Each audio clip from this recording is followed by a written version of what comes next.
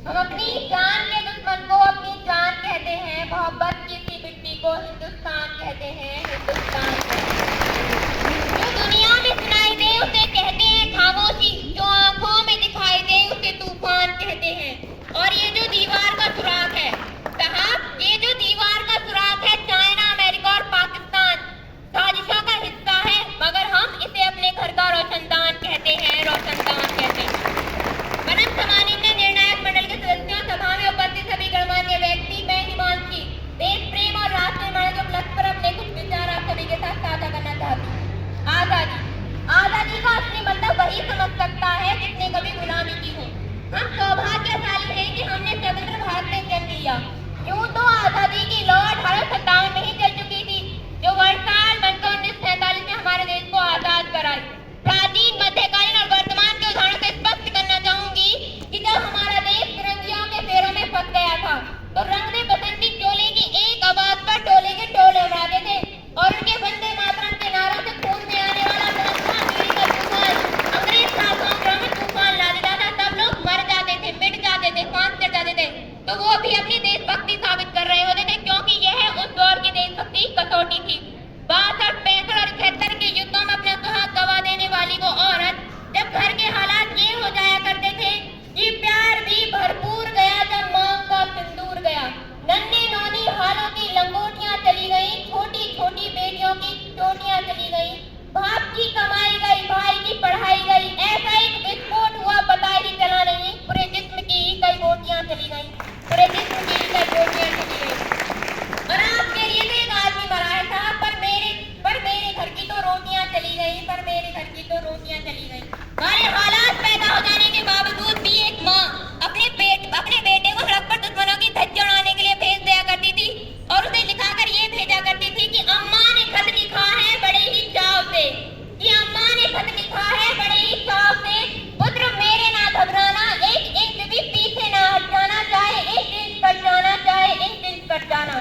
इस तरह पूरा परिवार अपनी देशभक्ति साबित कर रहा होता था। सब देश बलिदान मांगता था, सब देश लड़ जाने को, मर जाने को, मिट जाने को, फांस जाने को कहता था, किंतु आज देश लड़ जाने को नहीं कहता, आज देश मर जाने को, मिट जाने को, फांस जाने को नहीं कहता, बल्कि मेरी नजरों में यदि कोई व्यक्ति अपना काम पूरी मेहनत, पूरी ईमानदारी, पूरी लगन के साथ करे तो वही सबसे बड़ा देशभक्त है। मैं नहीं मानती कि व्हाट्सएप और फेसबुक की डीपी को 3 रंग में रंगना देशभक्ति है। और यदि आप कहेंगे कि साल में हाथ में 2 बार तिरंगा लेना देशभक्ति है, तो मैं पूछना चाहूंगी कि फुटपाथ पर रहने वाला वो बच्चा ट्रैफिक की छांव में नंगे पांव तिरंगा बेच रहा होता है, तो क्या आप इसे उसकी देशभक्ति कहेंगे? नहीं, यह उसकी देशभक्ति नहीं, यह उसके पेट की भूख की शक्ति है जो उसे ऐसा करने पर मजबूर कर रही है।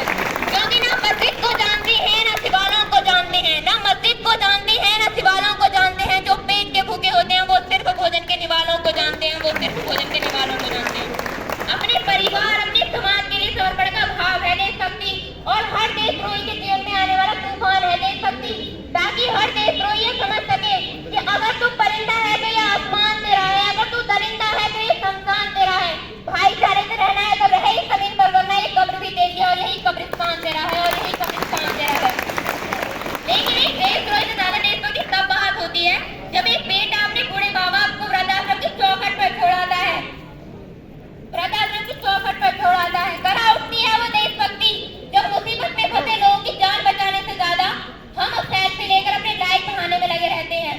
आज के इस दौर में वो युवा जिस पर जिम्मेदारी थी अपने देश, अपने समाज की आशाओं को बांधे रखने की, वही युवा अपनी 4x4 की छोटी सी स्क्रीन पर अपनी कोमल सी उंगलियों पर मात्र से अपने भावना की इमोजियां भेज रहा होता है। हम ना एक ऐसे समाज में जीते हैं जहाँ लड़कों से बात करता देख जो भाई हड़काते हैं, जहाँ लड़कों से बात करता देख जो भाई हड़काते हैं, वही भाई अपनी गर्लफ्रेंड कितने घर में हंस के सुनाते हैं।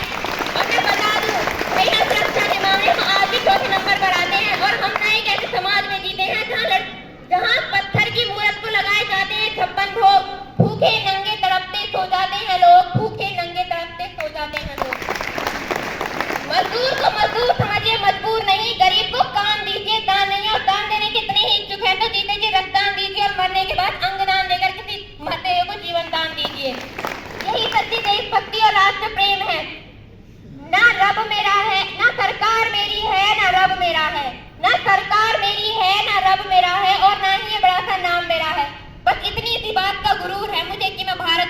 ये भारत मेरा है, कि मैं भारत की हूँ और ये भारत मेरा है। किंतु ये वैचारिक बीमारी हमारे समाज में मुझे नजर आती है। कहा जाता है कि हम दुनिया के सबसे बड़े लोकतंत्र हैं, जहाँ हिंदू पैदा होते हैं, मुस्लिम पैदा होते हैं, सिख और ईसाई भी पैदा होते हैं, लेकिन बदकिस्मती है कि अब इंसान पैदा नहीं होते। ना हिंदू की जरूरत है, ना मुसलमान की जरूरत है। राष्ट्र निर्माण के लिए सिर्फ एक अच्छे इंसान की जरूरत है, सिर्फ एक अच्छे इंसान की जरूरत है। बड़ी बड़ी बातें नहीं, छोटी छोटी कोशिशें करनी होती है, क्योंकि ठोकरें पहाड़ों से नहीं पत्थरों से लगा करती हैं। I being an Indian, I being a student, I being a simple daughter of this motherland feel proud to be an Indian। और मैं सैल्यूट करना चाहूंगी देश के हर उस जवान को जो हमारी रक्षा में दिन रात खड़े, पुलिस प्रशासन और किसान को, जिनके बिना राष्ट्र निर्माण की कल्पना करना भी असंभव सा लगता है। हमारा राष्ट्र निर्माण तब संभव होगा जब हम सब मिलकर एक साथ प्रयास करेंगे, क्योंकि हमारे देश की जिम्मेदारी नहीं है हमें आगे ले जाना, बल्कि हमारी जिम्मेदारी है अपने देश को आगे ले जाना। तो अंत में बस मैं यही कहना चाहूंगी कि हमारा हिंदुस्तान महान था, महान है, महान रहेगा। हमारा हिंदुस्तान महान था, महान है, महान रहेगा। होगा